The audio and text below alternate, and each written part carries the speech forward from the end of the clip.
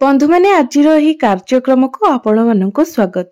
आजिर एही कार्यक्रमटी तुला राशि व्यक्ति विशेष मानक पई बहुत गुरुत्वपूर्ण अटे। तो आपणकर जदि तुला राशि होइथाय तेबे भिडियोटी को स्किप न करी थरे मात्र शेष पर्यंत निश्चय देखंतु, कारण आजिर एही भिडियो रे आमे माने जानिबा तुला राशि व्यक्ति मानक पई एही फेब्रुआरी 2025 टी किपरि रहिबाको जाउछि। फेब्रुआरी 2025 रे आपणक जीवन रे केउ सब परिवर्तन हेबाको जाउछि, केउ सब घटना गुड़िक घटिबाको जाउछि।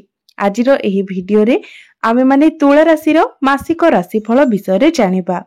तुला राशि व्यक्ति विशेष मानकर शिक्षा, स्वास्थ्य, प्रेम जीवन, वैवाहिक जीवन, भाग्य, क्यारियर एवं व्यापार वाणिज्यर स्थिति किपरि रहिबो फेब्रुआरी 2025 रे से विषय रे आजिर एही भिडियो रे आमे माने विस्तार भाबरे आलोचना करिबा।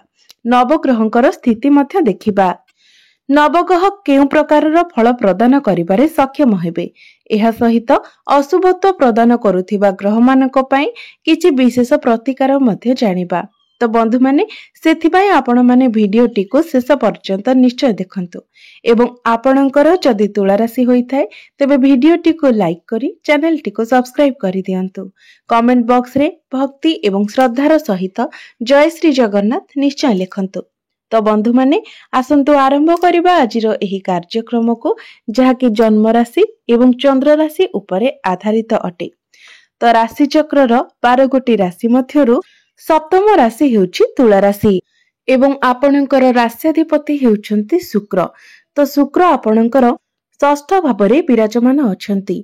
आपणकर चतुर्थ भावरे विराजमान अछन्ति बुध एवं सूर्य। पंचम भावरे विराजमान अछन्ति शनि। षष्ठ भावरे विराजमान अछन्ति शुक्र एवं राहु। अष्टम भावरे विराजमान अछन्ति देवगुरु बृहस्पति। नवम भावरे विराजमान अछन्ति मंगल एवं आपणकर द्वादश भावरे विराजमान अछन्ति केतु। तो बंधु माने सर्वप्रथमे आसंतु जानि नेबा आपणकर स्वास्थ्य किपरि रहिबो फेब्रुआरी 2025 रे। तो बंधु माने आपणकर प्रथम भावटी होइथाय स्वास्थ्यर भाव, इम्युनिटी सिस्टम रो भाव एवं आपणकर प्रथम भावर अधिपति हेउछन्ति शुक्र। मात्र शुक्र आपणकर षष्ठ भावरे उच्चस्थ अछन्ति एवं कौनसी भी पाप ग्रहंक द्वारा पीड़ित मध्य नाहंती।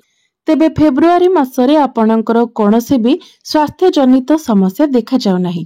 मात्र शुक्रंक सहित राहु जेहेतु आपणकर षष्ठ भावरे विराजमान अछंती, तो राहु आपणकर मन को बेले बेले भ्रमित कराइबे, आपणको माइंड को डाइवर्ट कराइबे एवं आपणकर डिसीजन पावर को मध्य वीक करिदेबे।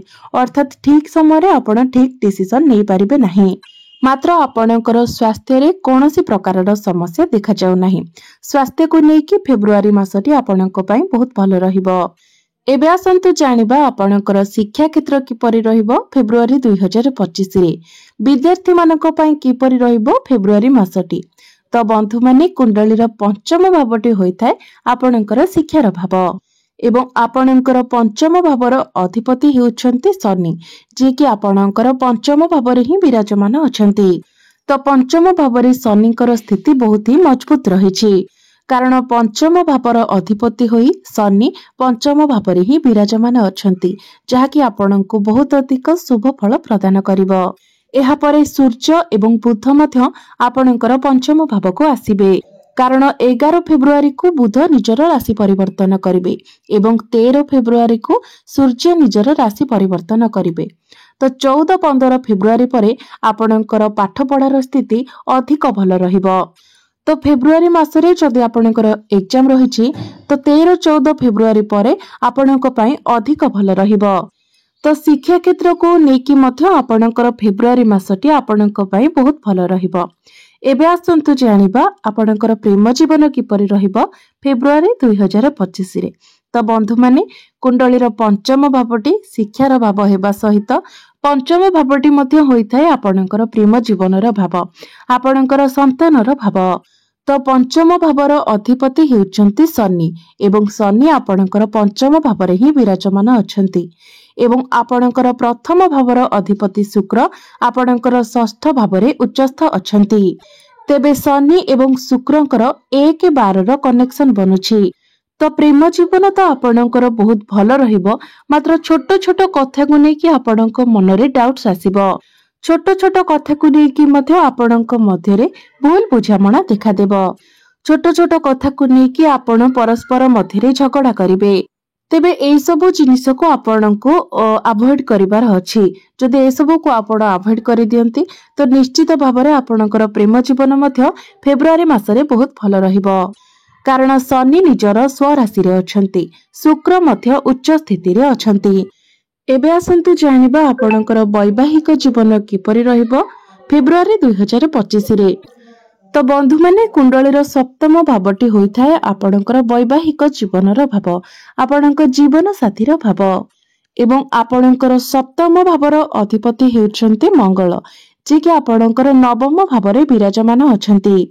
तो आमे जदि देखिबा तो सबु दृष्टि ही एही मासटी अर्थात फेब्रुआरी मासटी आपणक पई सर्वोत्तम रहिबो। कारण जेते सबु ग्रह रहिछन्ती, प्रमुख ग्रह रहिछन्ती, समस्तंकर स्थिति बहुत भल रहिछि। तो मंगल आपणकर नवम भावरे विराजमान अछन्ती, मात्र शनिकर दृष्टि आपणकर सप्तम भाव उपरको रहुछि, जहा फଳରେ आपण निज जीवन साथीଙ୍କ ମଧ୍ୟରେ टिके जिद्दी स्वभाव देखि पारंती।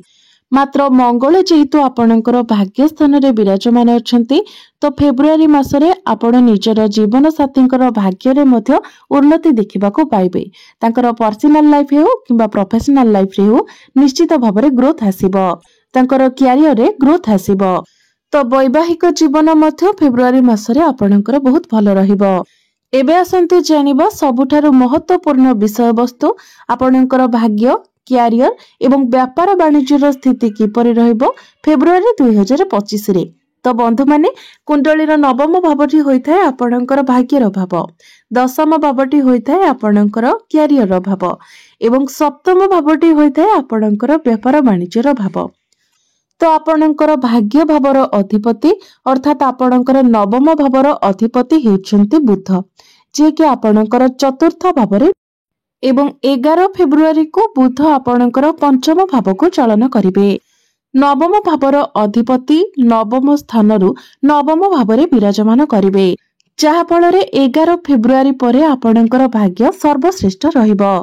तो बंधु माने फेब्रुआरी मासरे जदि आपण किछि भी बड़ डिसिजन नेबा पई चाहुछंती, किछि भी बड़ कार्य करिबा पई चाहुछंती, आपण कोनोसी कार्यर आरंभ करिबा पई चाहुछंती, कोनोसी बड़ इन्वेस्टमेंट करिबा पई चाहुछंती, किछि बड़ जिनिसर किना बिका करिबा पई चाहुछंती किंबा आपणकर कोनोसी मीटिंग किंबा डील रहिछि, तो प्रत्येक क्षेत्र रे फेब्रुआरी मासटी आपणक पई सपोर्टिव रहिबो। कारण मंगल आपणकर नवम भावरे विराजमान अछंती एवं बुधंकर स्थिति मध्य बहुत मजबूत रहिछि। तो निश्चित भावरे प्रत्येक क्षेत्र रे आपणको आपणक भाग्यर सपोर्ट मिलिबो। एबे आसंतु जानिबा आपणकर क्यारियर, आपणकर कार्य क्षेत्र किपरि रहिबो फेब्रुआरी 2025 रे। तो बंधु माने कुंडलीर दशम भावटी होइथाय आपणकर क्यारियर भाव एवं आपणकर दशम भावर अधिपति हेउछन्ति चंद्रमा, जे कि प्रति 2 दिन रे निजर राशि परिवर्तन करिथांती। तेबे सूर्य एवं बुधंकर दृष्टि आपणकर दशम भाव उपरे रहुछि, जहा फଳରେ आपणकर कॉन्फिडेंस लेवल वृद्धि पाइबो। आपणकर मेंटालिटी मध्ये बहुत शार्प रहिबो। आपण स्मार्ट वर्क करबाको पसंद करिवे। आपणको जेते कठिन कार्य मिलिले मध्य आपण ताको बहुत सहजरे शेष करि पारिबे। तेबे बंधु माने आमे जदि देखिबाकू जिबा तो फेब्रुआरी मासटी आपणको पई राजयोग अटे। कारण प्रत्येक क्षेत्र रे फेब्रुआरी मासटी आपणको सफलता प्रदान करिबाकू जाउछि। फेब्रुआरी मासरे आपण प्रत्येक क्षेत्र रे सफल हेबाकू जाउछन्ती। तेबे सूर्य एवं बुधंकर दृष्टि आपणको दशम भावरे रहुथिबा हेतु फेब्रुआरी मासरे आपणको किछि नुवा जिनिस प्राप्ति होई पारे। आपणको बहुत सारा अपॉर्चुनिटी मध्ये मिली पारे एवं जेउमानक निकट रे चाकरी नाही तो चाकरी मिलिबार संभावना मध्ये आपणको पई बहुत भल रहुछि। सेथि पई आपण माने चाकरी पई निजर चेष्टा जारी रखिबा उचित। जदि आपण कोनोसी जिनिस पई निजर क्यारियर रे चेष्टा करूछंती तो निश्चित भाबरे आपण निजर चेष्टा जारी रखिबा उचित। कारण फेब्रुआरी मासरे निश्चित भाबरे आपण निजर सेही चेष्टा रे सफल हेबे। एबे आसंतु जानिबा आपणकर व्यापार वाणिज्यर स्थिति किपरि रहिबो फेब्रुआरी 2025 रे। तो बंधु माने कुंडलीर सप्तम भावटी होइथाय व्यापार वाणिज्यर भाव एवं आपणकर सप्तम भावर अधिपति हेउचंती मंगल, जे कि आपणकर नवम भावरे भाग्य स्थान रे विराजमान। बुध मध्य आपणकर केंद्र रे विराजमान अछंती एवं 11 फेब्रुआरी को आपणकर त्रिकोण को आसी जिवे। तो बिजनेस को नेकी मध्य फेब्रुआरी मासटी बहुत भल रहुची। आपण निजर व्यापार वाणिज्य रे किछि नुआ करि पारंती, निजर व्यापार वाणिज्य को आपण आग को बढ़ाई पारंती एवं ए सबुरे आपणको लाभ मध्य निश्चित भावरे प्राप्ति हेबो। तो बंधु माने आसंतु जानि नेबा किछि विशेष प्रतिकार विषय रे, जो प्रतिकार गुडिक करिबा द्वारा आपणको अधिक शुभत्व प्राप्ति होई पारिबो। कारण एही मासरे आपणकर कोनोसी अशुभत्व नाही, प्रतिकारर तो सेमिति कोनोसी आवश्यकता नाही, मात्र प्रतिकार गुडिको करिबा द्वारा आपणको आहुरी अधिक शुभफल प्राप्ति होई पारिबो। तेबे साधारण भावरे प्रत्येक दिन आपण हनुमान चालीसार पाठ करंतु एवं प्रत्येक दिन आपण ओम नमः शिवाय मंत्रर जप करंतु एवं उदित सूर्य को आपण तंबा पात्र रे जलार्घ्य अर्पण करंतु। तो बंधु माने आपणकर जीवन मंगलमय हेउ, एहा ही ईश्वरଙ୍କ निकटरे मोर प्रार्थना। धन्यवाद।